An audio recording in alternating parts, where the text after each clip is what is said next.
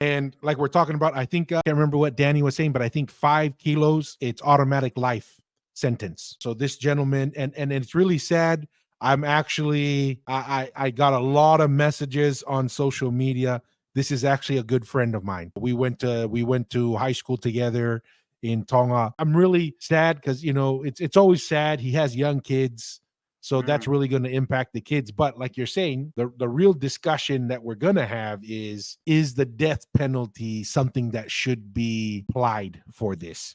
The first thing that comes to my mind is, what's the purpose of a death penalty? I understand the deterrence factor of it, but more from a religious perspective, the purpose of the death penalty is to try and restore it's not for the victims. That's the big part. The big part, in a sense, of the death penalty is for actually the accused or the guilty person, because the driver behind it is, and it's I'm much more closer for the death penalty for taking a life, because in theory the death penalty is to offer the guilty an opportunity to recompense to the best of his or her ability.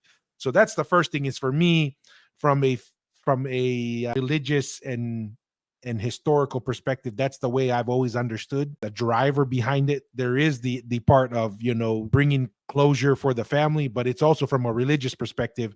When you kill someone, the biggest thing you can show of your repentance is to offer your life in return, right? The second part is, I'm very hesitant sometimes for non-murder offenses, just because our justice system is not perfect, okay. and there's always a risk of someone being in jail innocent, and if you kill them, then that's it, right? If they're in jail, they have a chance to contest it and find justice in the end. I'm just a little hesitant to say, kill someone for drugs. I'm more of life sentence with no parole, but killing for drug offenses, I'm a hesitant to say. Okay.